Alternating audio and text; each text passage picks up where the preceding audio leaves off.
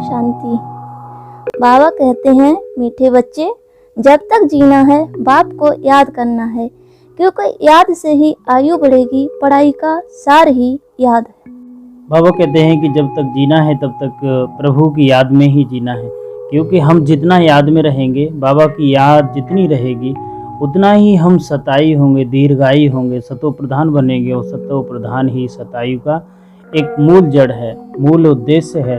तो यहाँ पर बाबा यही कह रहे हैं कि मीठे बच्चे, तुम बाबा की याद में रहो। सदा याद में जितना रहेंगे उतना ही अतीन्द्रिय सुख के झूले में तुम झूलते रहेंगे। बाबा ने प्रश्न, तुम बच्चों का अतीन्द्र सुख गाया, क्योंकि तुम सदा ही बाबा की याद में खुशियाँ मनाते हो। अभी तुम्हारी सदा ही क्रिसमस है, तुम्हें भगवान पढ़ाते हैं, इससे बड़ी खुशी और हमारे लिए क्या होगी। यह रोज की खुशी है, इसलिए तुम्हारा ही अतीन्द्र सुख गाया हुआ है। जितना बाबा की याद में रहेंगे उतना ही तुम्हें खुशी के झूले में झूलेंगे। और बाबा कहते हैं कि तुम्हारी सदा ही क्रिसमस है। क्रिसमस का मतलब है खुशी, उल्लास, उमंग। जितना तुम याद में रहेंगे उतना ही हर पल, हर दिन तुम्हारी ज़िंदगी का क्रिसमस होगा। तो बाबा यहाँ पर हमें संदेश दे रहे हैं कि तुम्हें भगवान पढ़ाते हैं। ये भरोसा होना चाहिए हमें कि हमें रोज़ मुरली कौन पढ़ाता है? बाबा पढ़ाते हैं। बड़ी खुशी और क्या होगी इससे कि हमें भगवान पढ़ाते हैं। ये एक अतीन्द्रिय सुख है और गाया हुआ है कि बाबा कहते हैं गीत में कि नयनहीन को राह दिखाओ प्रभु, कौन है नयनहीन। तो बाबा यहाँ पर कहना चाहते हैं, बच्चे तुम विकारों और पति से इतने गिर चुके हो, नरक में जा चुके हो, बाबा वहाँ से तुमको निकाल रहा है। इसीलिए हम कहते हैं, प्रभु नयनहीन को राह दिखाओ, हम तो अज्ञानी हैं। ज्ञान का तीसरा नेत्र देने वाला रूहानी बाप रूहानी बच्चों को समझाते हैं। ज्ञान का तीसरा नेत्र सिवाय बाप के कोई दे नहीं सकता। बाबा यही कहना चाह रहे हैं कि बाबा के सिवा, बाप के सिवा, प्रभु के सिवा कोई ये ज्ञान कौन देगा। क्योंकि हम तो इधर उधर दर दर भटकते रहे, काशी गए, मथुरा गए, कहाँ कहाँ नहीं गए, लेकिन ऐसा ज्ञान किसी ने नहीं बताया जो कि हमें पतित से पावन बनाए, जो तमोगुण से सतोगुणी बना दे। वो काम बाबा कर रहे हैं। तो अभी बच्चों को ज्ञान का नेत्र मिला है। अभी बाप ने समझाया है कि भक्ति मार्ग ही अंधियारा मार्ग है। बाबा कहते हैं भक्ति मार्ग ही अंधियारा मार्ग है। क्यों आखिर अंधियारा है? क्योंकि हम दर दर भटकते रहे, यहाँ गए वहाँ गए, हमको किस तरह से लूटा गया है। ये हम अपनी ज़िंदगी में और अपने माँ बाप की ज़िंदगी को देख करके पता चलता है कि हम कितने घोर अंधेरे में जी रहे थे। लेकिन बाबा ने आकर के हमको उबारा है इस ज़िंदगी से। जैसे रात में सोजरा नहीं होता है तो मनुष्य धक्के खाते हैं। रात में सोजरा का मतलब है अंधेरा होता है, और अंधेरे में हम अगर लाइट न हो तो हमें दीवालों से ही टक्कर लगेगी। दीवालों का बाबा कहते हैं यहाँ पर कि तुम विकारों से टक्कर खाते रहते हो और गर्त में गिरते रहते हो। कहा भी जाता है कि ब्रह्मा की रात, ब्रह्मा का दिन। सतयुग में यह नहीं कहेंगे कि हमको राह बताओ, क्योंकि अभी तुमको राह मिल रही है। बाप आकर के मुक्ति धाम और जीवन मुक्ति धाम की राह बता रहे हैं। अभी तुम पुरुषार्थ कर रहे हो, अभी जानते हो कि बाकी थोड़ा समय है। बाप आकर के मुक्ति धाम और जीवन मुक्ति धाम की राह बता रहे हैं। अभी तुम पुरुषार्थ कर रहे हो, अभी जानते हो कि बाकी थोड़ा समय है। दुनिया तो बदलने वाली है। यह तो गीत भी बने हुए हैं कि दुनिया बदलने वाली है, लेकिन मनुष्य बेचारे जानते नहीं हैं कि दुनिया कब बदलनी है, कैसे बदलनी है, कौन बदलाते हैं, क्योंकि तीसरा नेत्र तो ज्ञान का है नहीं।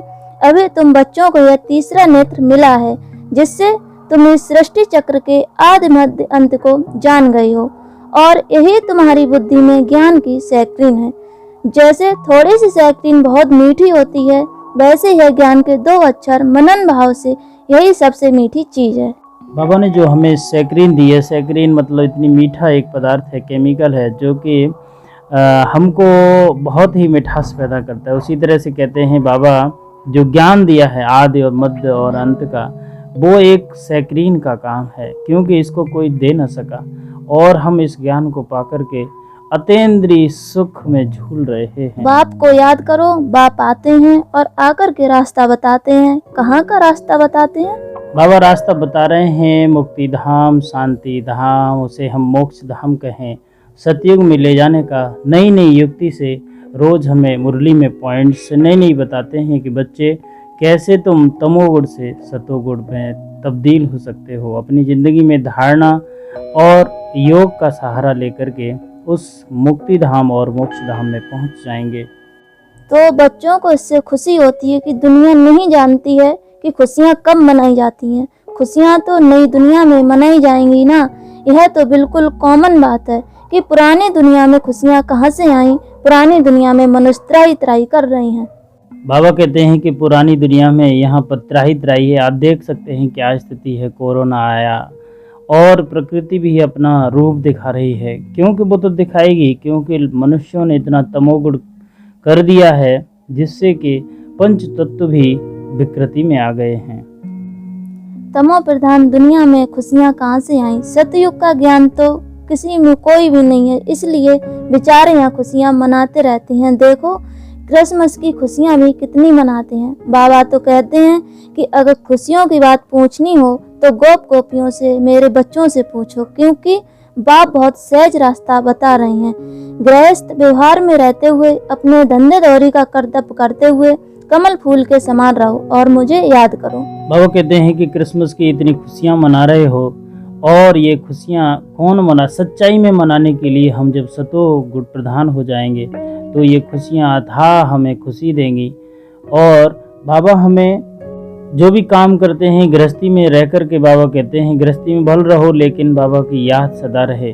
भले ही दुकान पर बैठो लेकिन उसकी याद में रहोगे तो तुम्हारा जो कर्म करोगे वो अकर्म नहीं होगा, वो सकर्म होगा, और तुम अकर्ता भाव से अपने सतोगुण स्वरूप में विराजमान होते जाओगे। जैसे आशिक मासूक होते हैं ना, वह भी धंधा दौरी करते एक दो को याद करते रहते हैं।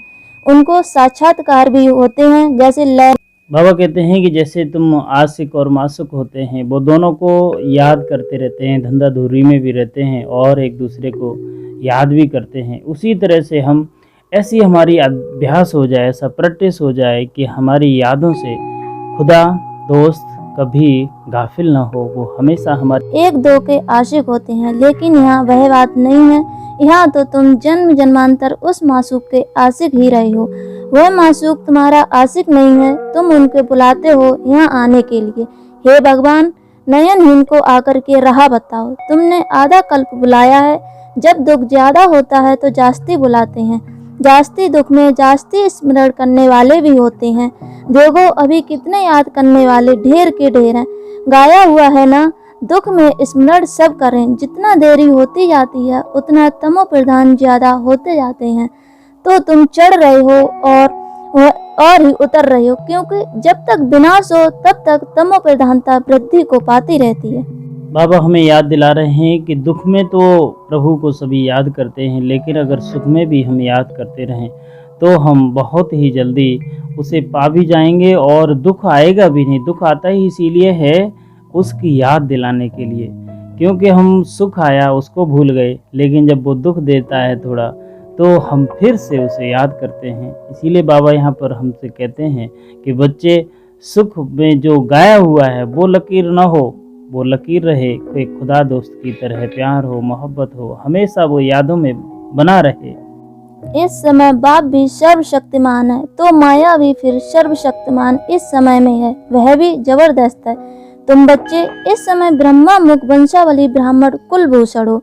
तुम्हारा है सर्वोत्तम कुल, इसको कहा जाता है ऊंच ते ऊंच कुल। इस समय तुम्हारा यह जीवन अमूल्य है। कहते हैं कि यह जीवन तुम्हारा अमूल्य क्यों है? क्योंकि तुम इस वक्त संगम युग पर हो। इसके बाद ये दुनिया तब्दील हो जाएगी। इसीलिए बाबा कहते हैं कि तुम ब्राह्मण ब्राह्मणी बहुत ही उच्च पद पाने वाले हो और तुम ही श्रेष्ठ हो। इसके सिवा जिसको भी पता चलता है बाबा के बारे में, बच्चे धीरे धीरे आ रहे हैं। जो आ गए हैं वो उच्च पद पाएंगे, जो नहीं आ रहे हैं वो प्रजा में जाएंगे, प्रजा के बाद जो कामगीर हैं उसमें जाएंगे। इसीलिए बाबा कहते हैं कि बच्चे उच्च से उच्च पद पाने के लिए हमेशा यादों में बने रहो। इसलिए इस जीवन की यानी शरीर की देखभाल भी करनी चाहिए, क्योंकि 5 विकारों के कारण शरीर की भी आयु तो कीमती होती जाती है ना। तो बाबा कहते हैं इस समय 5 विकारों को छोड़कर योग में रहो तो आयु बढ़ती रहेगी। आयु बढ़ते बढ़ते भविष्य में तुम्हारी आयु 150 वर्ष की हो जाएगी, अभी नहीं। इसलिए बाप कहते हैं कि इस शरीर की भी बहुत संभाल रखनी चाहिए, यानी देख रेख करनी चाहिए। बाबा कहते हैं कि इस शरीर की भी देखभाल करो, क्योंकि ये शरीर ही है उस उच्च पद को पाने के लिए। अगर ये शरीर भी ना होगा तो हम सूक्ष्म रूप में कैसे पाएंगे, कैसे जतन करेंगे, कैसे मुरली पढ़ेंगे, कैसे उसकी याद करेंगे, क्योंकि रूह की स्थिति में हम कुछ भी नहीं कर सकते। इसीलिए बाबा कहते हैं इस शरीर की भी बच्चे देखभाल करो। बाबा यहाँ गुप्त रूप में ध्यान देना चाह रहे हैं कि अपना खाने पीने ठीक रखो, जिससे कि तुम्हारा शरीर अच्छे से चल सके, तुम बुरी आदतों की लत न पड़े, जिससे कि शरीर जल्दी ही खराब हो जाए। क्योंकि बाबा कहते हैं यह शरीर काम का नहीं है, मिट्टी का पुतला है। अभी तुम बच्चों को समझ मिलती है कि जब तक जीना है बाबा को याद करना है। आत्मा बाबा को याद करती है, क्यों? वर्षे के लिए। बाप कहते हैं तुम अपने को आत्मा समझकर बाप को याद करो और दैवी गुण धारण करो, तुम फिर ऐसे बन जाएंगे। तो बच्चों को पढ़ाई अच्छी तरह पढ़नी चाहिए, पढ़ाई में सुस्ती याद नहीं करनी चाहिए, नहीं तो नापास हो जाएंगे। बहुत पढ़ाई में भी मुख्य बात यह है, जिसको तंत्र कहा जाता है, कि बाप को याद करो। जब प्रदर्शनी में या सेंटर पर कोई भी आते हैं तो उनको पहले यह समझाओ कि बाबा को याद करो। क्यों? क्योंकि वे ऊंचते ऊंचे हैं, तो ऊंचते ऊंचे को ही याद करना चाहिए, उनसे कम को थोड़े ही याद करना चाहिए। ऊंचे से ऊंचा भगवान ही तो नई दुनिया की स्थापना करने वाले हैं। देखो बाप भी कहते हैं नई दुनिया की स्थापना मैं करता हूँ, इसलिए तुम मुझे याद करो तो तुम्हारे पाप कट जाएंगे।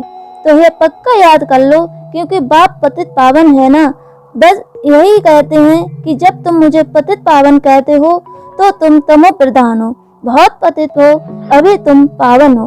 आप आकर के बच्चों को समझाते हैं कि तुम्हारे अभी सुख के दिन आने वाले हैं, दुख के दिन पूरे हुए हैं। पुकारते भी हो हे दुख हरता सुख दाता, तो जानते हो न कि बरोबर शतयुग में सब सुखी ही सुखी हैं।